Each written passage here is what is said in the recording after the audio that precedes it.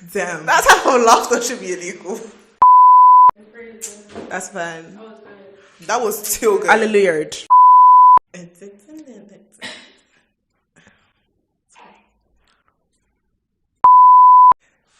this is episode 1.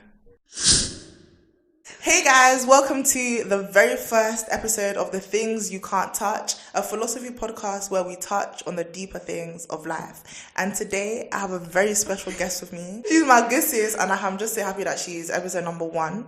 This is Elizabeth. I'm gonna tag her and put all her Instagram handles and things of that nature on the screen. And what you're gonna do is you're gonna take the time to go follow her because her writing is incredible. It's phenomenal. You need to go and see what she's got going on for herself. Yeah, do you want to introduce yourself? Tell them about yourself. My name is Elizabeth. Wow. Don't worry about the uni I go to. I study politics and international studies.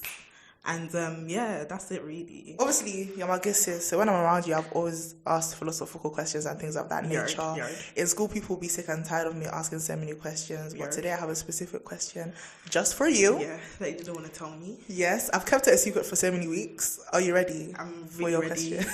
I'm excited to hear this question. Your question is, are we Oh my gosh. responsible for what we believe? Oh wow. Are we responsible for what we believe? You can take it from any angle because today I think we're going to touch on many. Okay. I feel like we need to define responsible. Okay. Before I can answer that question. Interesting. Yeah. So, do you want me to define responsible? Do you want to give your own definition? Cool. So, when I say, are you responsible for what you believe, is it like, are the beliefs that you hold your fault? Okay. Like, is it a product of what you created? Like, do you choose actively to believe this, that, and the third? Okay. I feel like ordinarily that question, like the first thing that comes to mind is like faith, religion, all of them things, and And naturally, I want to say that you don't, because like you come to a certain age where the beliefs of like your parents or whatever aren't necessarily like you choose it for yourself, basically. Yeah.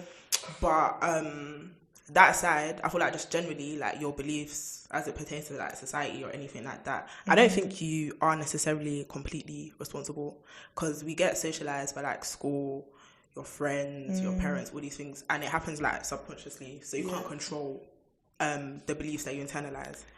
But the same thing with religion though. At a point you come to a certain age where if the things that you've grown up believing or the things that you've been socialized to believe are nonsense, you have to go and unlearn it. Nonsense. Because it's not an excuse. Because when I was saying that, I was deep in that, but people would then use that as an excuse to say, that's why I feel this way about such and such. Yeah. And it's not an excuse. You have to unlearn things that are nonsense and ridiculous. Wow. The thinking is so synchronization. Amen. In a sense that everything that you said has touched each and every point that I was planning on addressing. Fantastic. So we're going to unpack it further as we go down. But as you said, the first thing that you're going to do is touch upon faith, beliefs. So for me, sorry, as I look up on my screen, I wanted to say, like, what are the different types of belief, first of all? And you touched on the first one, which is, like, faith in terms of religion. Like, what do you believe in terms of, like, the God that you serve? Yeah. If you serve a God at all. Yeah. Like, is that your fault? Is that a result of what you've grown up to believe? The second one is beliefs in terms of facts. Like, is it your fault that you believe that Paris is in France? Okay. Is that because you chose to believe that, or is that because people have told you what to believe? Yeah. And then the final one is beliefs in terms of opinions.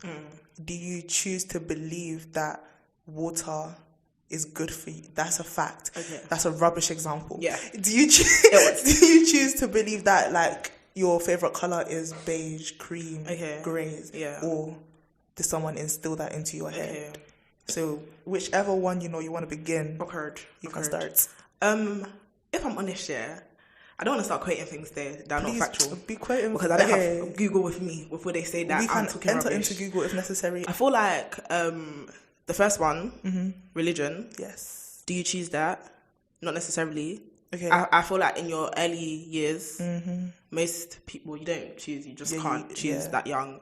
And but I don't think that's a bad thing, because like Freud will disagree. But we'll get into that. I don't like Freud, so that's his business. I like Freud. Okay, that's so we're gonna argue. I actually like him. That's fine. Okay. I don't praise him, but I feel like it's not a bad thing that you don't necessarily choose that young, but that depends on your perspective of like religion. I feel like religion is a good thing. I think it molds us into good people. Well, not necessarily religion, but like faith. It molds us into good people and all of that. So in that sense, it's not a bad thing. But yeah, you don't choose when you're younger. But then when you get older, like depending maybe on your relationship with your faith and things like that, then you choose. Sorry, the thought just came to my head. For you, in terms of the question, are we responsible for what we believe? Up until a specific age, we're not responsible for what we believe, but really. After a specific age, that's when we become responsible. Because even like when you're younger, like me personally, like my understanding of Christianity, because I'm Christian, was like based on what my parents taught me. To use personal anecdote, as a Christian myself, I feel like my faith wasn't necessarily a choice. Like I was just, that's how I grew up, going to church on Sundays, etc., etc., morning devotion and all of these things. And like I didn't choose, but then I got to a certain age where it's like I need to, now my faith has to be like a personal thing, and I make the choice for myself. So everything, that's what I was saying, everything that I understood about Christianity was like from Bible study and Sunday school, and like from church and from what my parents told me. And then after a certain age, the things that I understood about my faith was like things that I sought out for myself, or like from listening actively and not just listening because I had to. So then, like it stopped being a choice. Like I feel like now I'm responsible for my own faith. I'm not just like a Christian and whatever because my parents are, or because it was like put onto me. So I hear that, and I think it's easy for us to say that I'm choosing this faith, I'm choosing to follow this religion and believe in this God. However, I still feel like there's an element of, I don't want to say indoctrination because like it's not that deep, but like there's an element of something that is telling you what to do regardless of whether you think that it's your choice or not. And I feel like that element is always going to be there. And because it's there, even if it's 1%, to what extent are you really like responsible for what you believe? Because I hear what you're saying, because like I can agree to some degree, because like it's like if I was never exposed to Christianity, only God knows like if I'd go and pursue it for myself. Like I think if you're already an atheist, it's easier to stay an atheist. If you're already a theist, it's easier to stay a theist. Is theist the right? Yeah, theist. Okay, praise him. And so I hear that, but I still feel like there's an element of choice that then makes the responsibility mine. When it comes to religion, I feel like this is a really important point, because people like Richard Dawkins will be like, you are forcing people into believing this, that, and the third. When it comes to religion, it's something that's like, it's really important to like push the fact that this is my choice. I made the active decision to be whatever religion that I'm claiming to be. But like, forget the taboo around whether people are forced to be religious or not. I still think like it's not a bad thing, because I feel like we've made it seem like it's bad to not be responsible or to not be in charge of whether you believe in something or not. It doesn't have to be a bad thing. It can be, it can be absolutely not good, but it can be okay to not be in charge of the fact that you are now a Christian. I hear that. I feel like I can agree with that, to be fair. I feel like coming from a Christian household just made it easier, and it's just something I can be thankful for. That meant that like pursuing Christianity for myself wasn't like I didn't have to go over obstacles and whatnot, like to be exposed to faith. So I can understand that like if you're never exposed to it in the first place, maybe it makes it harder or tougher or whatever. And so there's an element of being, I don't want to say conditioned because then it sounds so Dawkins-esque, right? But like there's an element of being, I guess, nurtured in that direction. So I feel like we can agree on that. Because as I've asked the question, I feel like I've put it in a way that makes it seem so negative. In a sense that like, are you responsible? Are you in control of your own mind, or someone controlling you? But that's not necessarily what it is, especially when it comes to faith. And I feel like when it's faith, when it's faith, I feel like it's somewhat, well, based on my faith. I don't know like what it says in other people's religious texts. Yes, thank you. But for us, like it's your parents' responsibility to nurture you accordingly, and it's like their responsibility to grow you up in the faith, like as parents.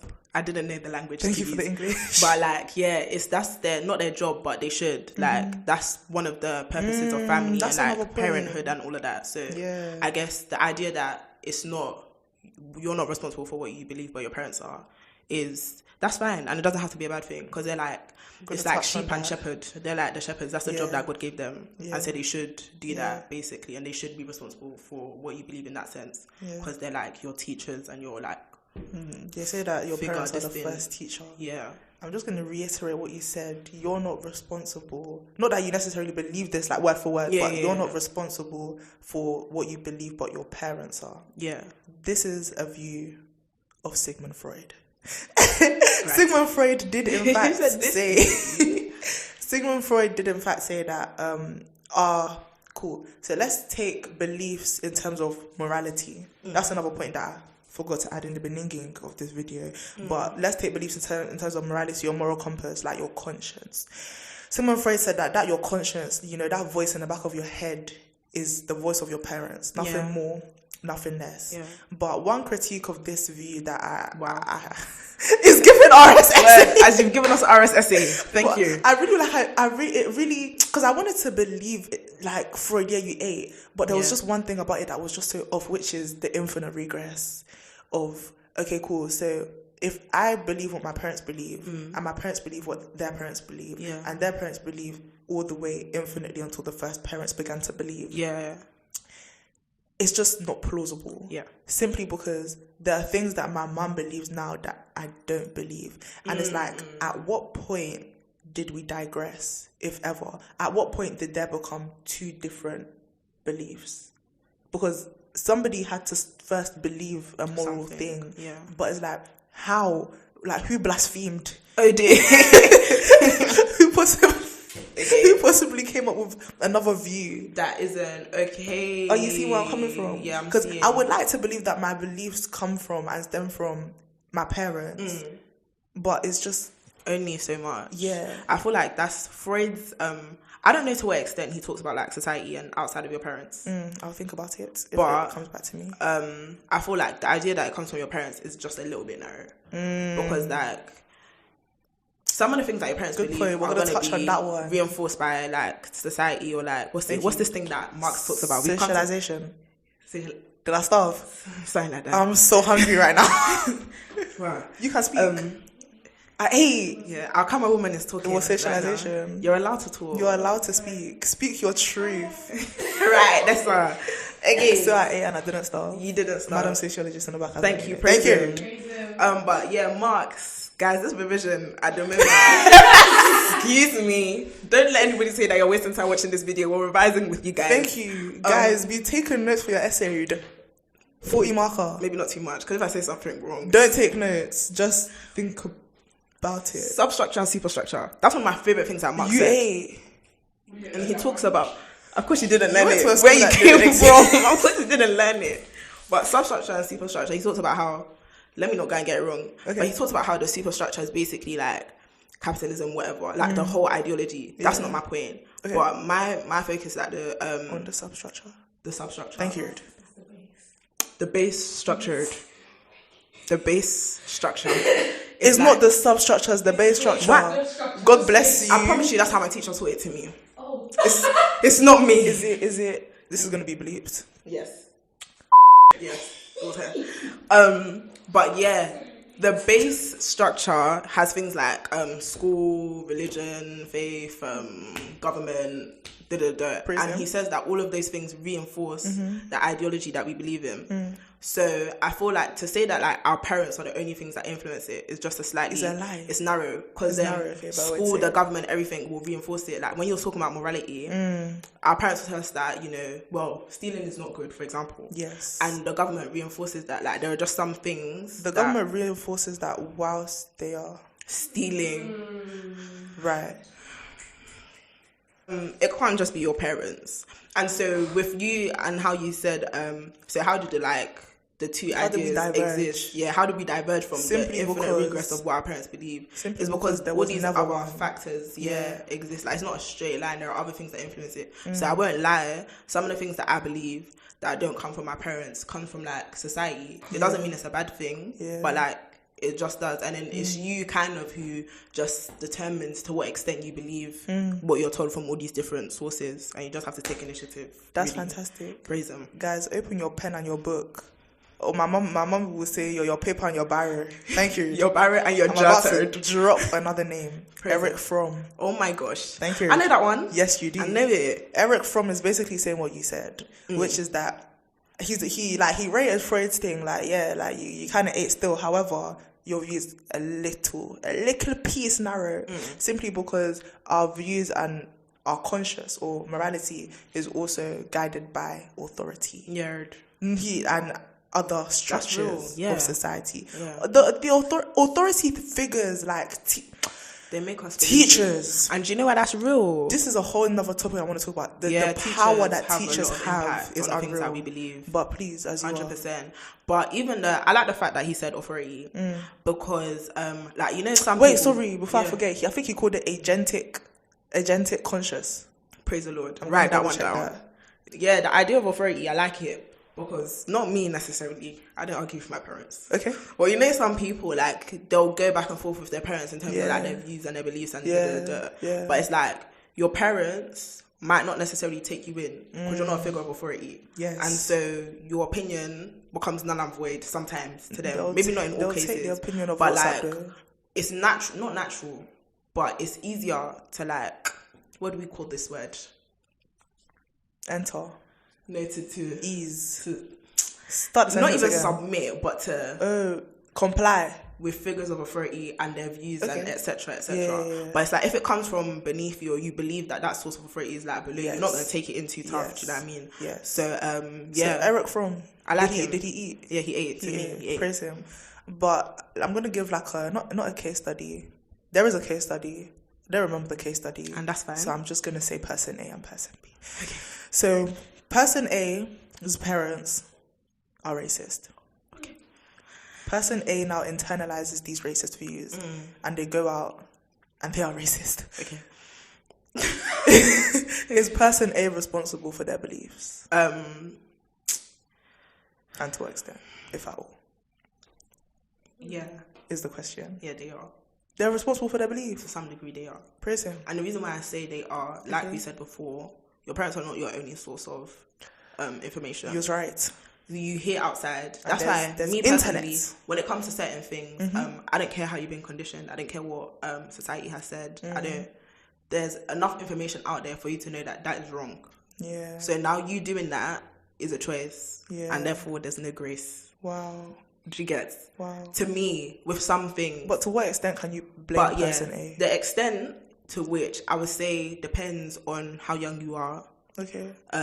So age plays a factor people are very malleable. Not every case will be the same though, because some people's parents will be racist and like you just absolutely hate everything that your parents have to say, and so anything that comes out of their mouth is rubbish to you. Okay. So it won't be the same in every case, but if you're like just the standard Bob and you really enjoy what your parents have to say.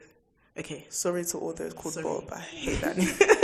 You can't say that. Okay, but let's just say you're the average somebody and you actually take in the things that your parents have to say and you're small, like primary school. At the same time though, in school they're gonna tell you, British values and ethos, no discrimination. Okay. They told us you go on red for that in my primary school, you get in big trouble. Yeah. And when you go on red, you have to put your name on the red. No lunchtime, no playtime for 3 days. So sorry, is there something you want to say at the back? About the red. I didn't go on red for being racist. Just to clear up anything. Whilst I was on red, I won't lie. I owed my hand up. I was on red. That's a story for another day. It actually made me quite sad because I'm a good girl. Yeah. I remember when I went on orange. Sorry. Because I was always on green. Not even bronze. Do you guys not have bronze, silver, and gold? That's the diamond. She thinks she's better than us. I'm going to focus back on the issue at hand because we diverged so far away. But the other question I had on here was, if we're not responsible for our beliefs, then who is? But I feel like we have kind of touched on that. Basically answered that question. So maybe I should get a grip and move on to the next, perchance. She said, because they kind of touched on that, the things you can't touch. Promo, no? I thought it was a good one. Sorry, you can have the platform now. Thank you. You see how stole it away from you so vehemently, and that's so completely fine. Right. You see how we have things like hate crime. Okay. In the sense that you're not allowed. You gasped. Was it much? I'm sorry. You see how you can get, penalized by the how do you call it? The prison system. Yeah. Penalized by the prison system. Thank you. For things like hate crime and things of that nature. But hate crime, doesn't it derive from your beliefs? And, since you're not, or in fact, I guess the question I'm trying to ask is, should we face the consequences of our beliefs? And our consequence will be being penalized by the prison system. A lot of places is what you've given I had to emphasize. Thank you. I think... What do you think? There's a specific somebody. Oh. And I don't know if it's... I don't remember his name because there's two people with the same name. Okay.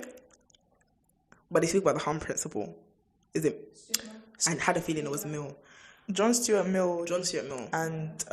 John Locke. Bentham. What's his first name? Jeremy. Real philosophy students. Yeah. Esther. Thank you. Esther. Jeremy Bentham and John Stuart Mill. There is a specific philosopher, political philosopher, I think that's what he is.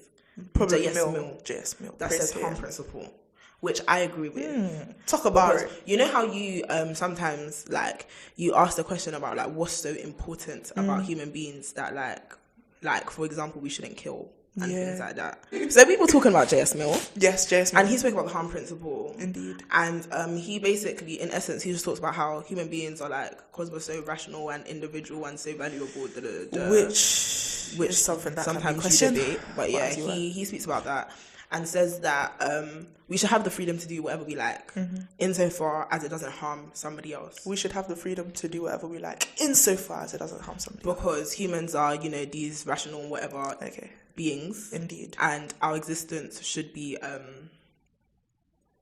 not even honoured, but you get appreciation. Yeah, something like that. Oh, thank you. Thank you. Quick music break. I don't know why some people are hating in the back. But yeah. Have they hated? They've hated. They don't like my people. Xenophobia. So the harm principle, I feel like that's enough justification as to why hate crimes and things like that should be punished, because it harms another group. That's a good justification. But does that mean that we should? Does that mean that we should face the consequences? Even though it's a good justification. Yeah. Should we? Yeah. Because you're right. Because you're old enough to know better. We're old enough. And the thing is, when you get punished in this, you can only be punished at a certain age by the state. 18. Is it? It's younger 16. Than that. It's 10. Sorry. But it's juvenile when it's 10. 10 to 18, I lie. Something like that, I'm not sure. Oh. I don't think it's my concern to know. Seeing as well. Praise him. But, so I feel like, it makes sense for you to be punished because you're at that age, you're old enough to know, and you're old enough to know better, and you're old enough to challenge the views of your parents. Are we, or is that just what we've been told? Have we just been told that at this age we're old enough to be in control of our beliefs? But I'm struggling to believe that we're genuinely in control. There's social media, there's authority, the government, our parents, our friends, our family. I feel like my beliefs are just a compilation and a segregation of all the different beliefs that are just chopped. And a segregation. Praise him. I believe it's a compilation and a segregation that I've just chopped. Imagine it like editing a video. I just edited all of the beliefs together and just compiled them. So it's none of it is mine. Fairs. They're all other people's. Fairs. But I feel like responsibility though is still yours because you choose. And from the time you make the choice, it's your responsibility. Because I chose which one to chop. There's all those sources. Yeah, and I selected. And you selected which ones appeal to you the most and which ones sit right with you the most. Isn't there a bit of lack of knowledge? In what sense? It's called something about epistemic. In terms of epistemology, which is like knowledge and things that you know, I just feel like, don't you think that because we don't have access to every single belief in the world, that means that we have no choice but to choose from what we are given. But for, let's say, belief A is in the grey area of beliefs that we don't have access to, and belief B is the belief that's the closest to belief A, but not quite belief A, but what we're going to choose to select. How can we be held responsible when it's not entirely our choice to select belief B? Because if we were given the opportunity and knew belief A, we would have selected belief A. Does that make sense? Yeah. So to what extent? But you're still responsible for it. The fact that your knowledge is limited is unfortunate and sad, because you might not have access to all of that knowledge. Okay. And that's fair. But then you're still responsible for holding the values and beliefs that you do out of How? Eben has screwed you so vehemently. Oh, I'm sorry. Maybe I said something. Yeah. Belief A is the correct belief. Sorry, I forgot. Is belief A in the grey area? Yeah. Okay. Belief A is in the grey area. Say that's the correct belief. How can you be held responsible for not knowing having that belief if you don't have access Okay. to that belief? So I didn't say you're responsible for what you don't have. Okay. But the belief, but we have a belief. Yeah. We're responsible For the belief that you have. Yeah, but that's not our fault, because we wanted to have belief A, but we were left with belief B. Yeah, and out of the choice that you have, I just feel like maybe I'm not looking at it from the hypothetical view. I'm just questioning you to be annoying. In my head, yeah, you had a choice out of 1, 2, 3, 4, and 5. 6 exists somewhere that you don't know. Yes. You chose 3. Yes. You're responsible for choosing 3. Yes. Like, that's very Hobbes-like.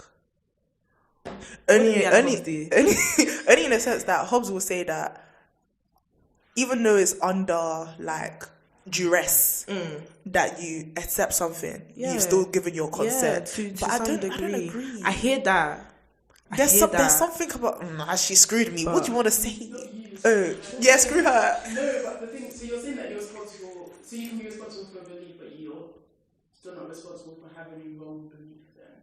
You're not responsible for having. In my head, yeah. You don't have access to, then you're not responsible for having a wrong belief, but you're still responsible for having a belief. In my head, the context that this exists in is like your beliefs in like society, because talking about racism and things like that before, any type of belief, or like even religious school, belief, government, all the different factors, and you have a plethora of choice.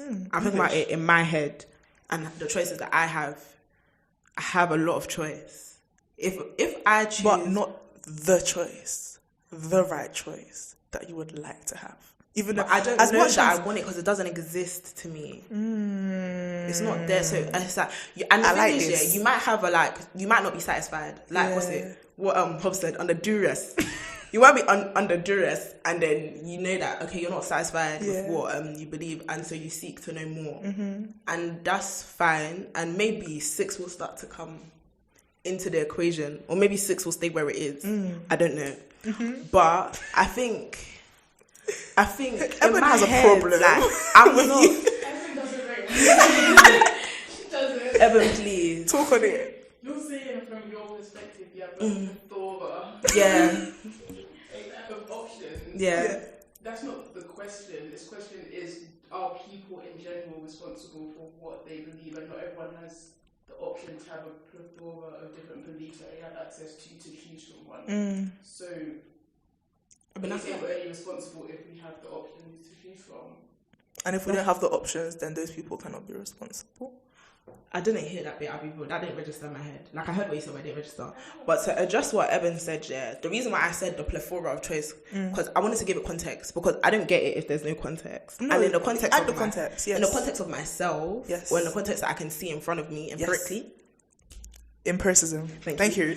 It's like you're responsible because you have enough choice. In instances where you don't have enough, but is having enough choice good enough?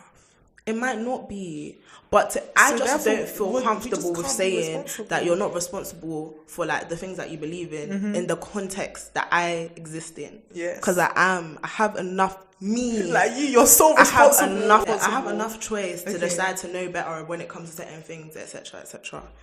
Okay, please. I don't have anything to say more, because she said in the context that I exist. Yeah, for me. Aboriginals. Yeah. You were thinking about Aboriginals. people. The indigenous people? Yeah. Yeah. So they don't necessarily as much choice okay. as we do. Are they responsible? The extent... Yeah. Go on. I feel like I'm going to like what you're going to say. So the extent to which we are responsible for our beliefs is relative to the context that we are living in. Yeah. And the amount of I hate subjectivity. Choice you have.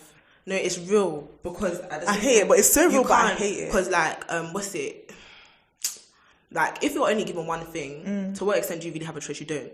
Like, what? Because that's just it. It's not even under duress. It's not even duress anymore. It's completely your choiceless, no choice. So it's like, I can understand. You're not responsible for that. If you're choosing from between A and A, you're not responsible for choosing A. You didn't have any other choice. Even if you're responsible, even if your only choice is A and B, to some extent, it's 50-50. So Hobbesian because Hobbes will say you chose it though. Okay. Hobbes will say that's your option. Me and you selected it. Not. But you didn't have a choice though. Hobbes said that there's no selection in that process because there's nothing to select from. It was just a one. That's it. So you're beefing Hobbes then? A little bit when it comes to a little piece. If that's the case, yes. Can we trust what we believe? And can we trust what other people believe? Not all the time. Oh, so we can't even trust ourselves? Nah, man. Oh. I feel like a lot of people don't trust themselves and what they believe. I feel like that's why human beings are not satisfied. Oh, how did we get there? We can't be. We can't really completely trust ourselves. We can't, And I feel like what I said before was that this is why human beings are just not completely satisfied. Because I just don't know. Like, you just can't be content. Like, in this day and age of conspiracy theories and that type of stuff, and like just every day something comes out in the media, and then something is a lie, this, that, and the third. Like, you don't know what to trust. You don't know who to believe. I learned this in my module, knowledge, ignorance, and BS. But the BS was actually there. About how... where was I going with this? Because I really wanted to land. I think we were going to talk about conspiracy theories. Maybe. Yeah, conspiracy... I don't want to get into conspiracy theories too tough because that's a topic for another day. But it's like... How can we trust what to believe when people are out here spilling BS? And BS is different to lies. Like, there's a specific definition of BS, which is that you don't respect the truth for you to even tell a lie. You're just, it's hard, isn't it? That's good. But yeah, how BS has begun to rule the world since like 2016 in a sense that people Populism are out here. And them things. Exactly. People are out here just talking, saying words, and people are taking it in as if it's fact. Absolutely. And people are taking it in as if it's beliefs. Like, I don't want to get into the actual stuff and all of that. Yeah.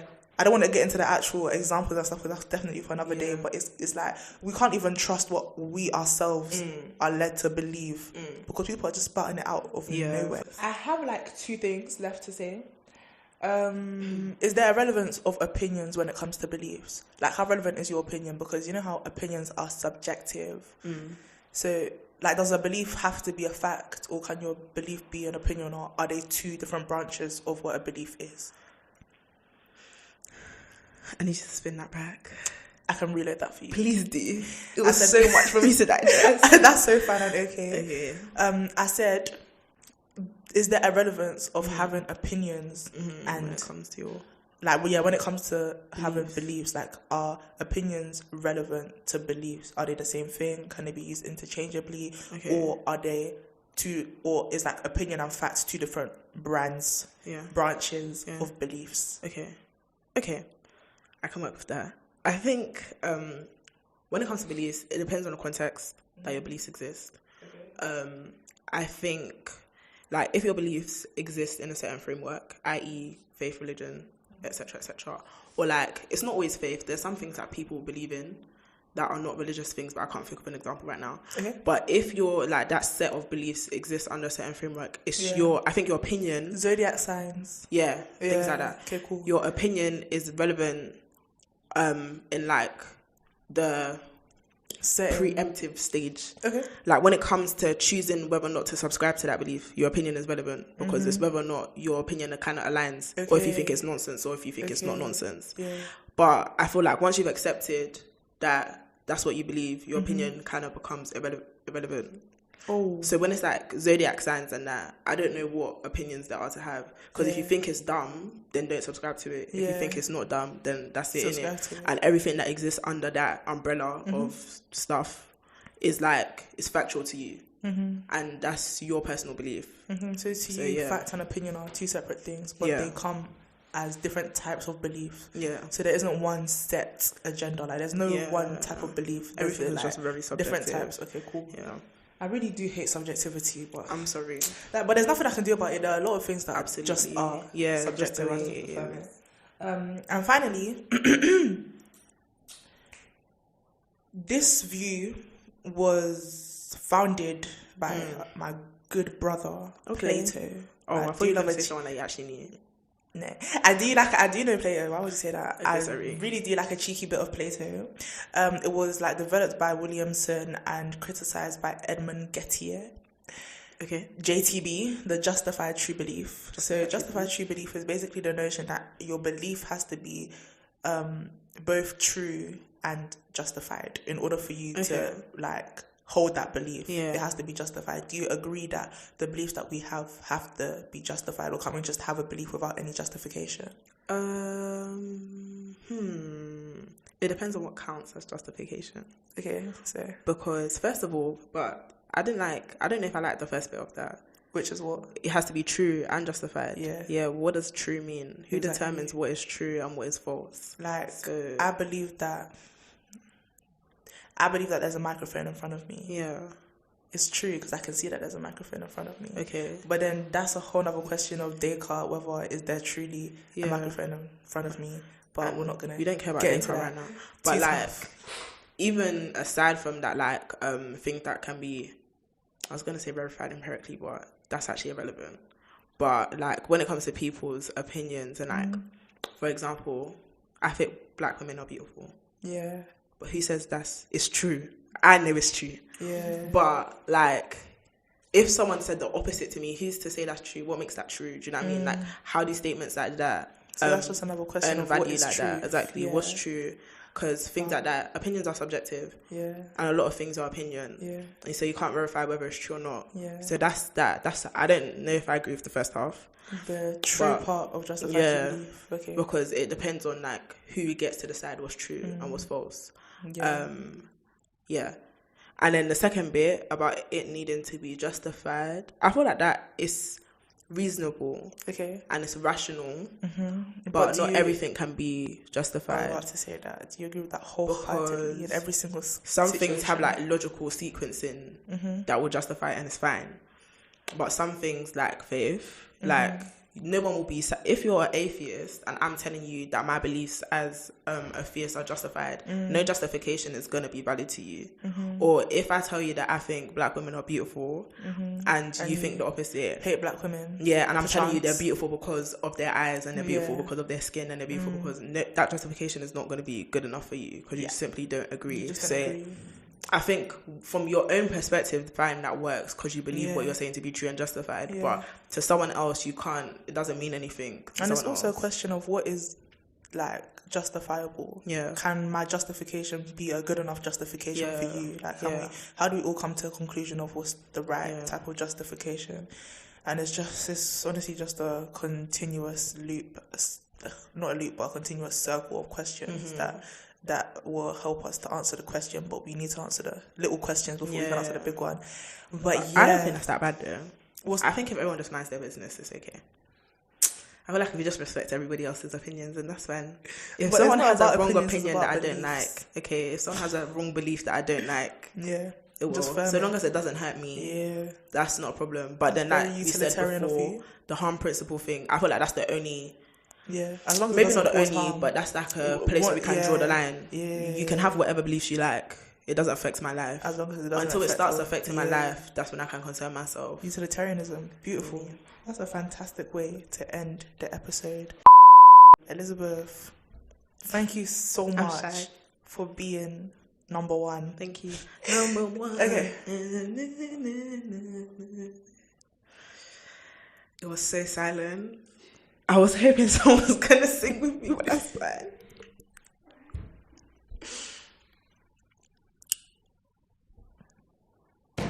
So I'm going to edit it right now. As I was, thank you so much for coming on to The Things You Can't Touch. Thank you so much for having me. We're so happy that you were episode 1. Like, it's beautiful. The conversation was sweet, and hopefully we're gonna have so many other ones like this. Amen. Guys, watch out for our uploads every Friday at 9 p.m. coming to you on YouTube, live and direct. Thank you.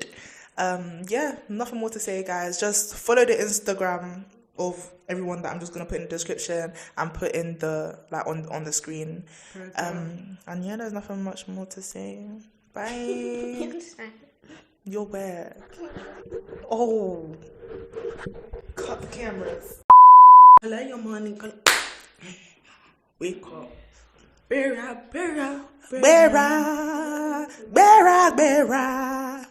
That reminds me of a song in Yoruba.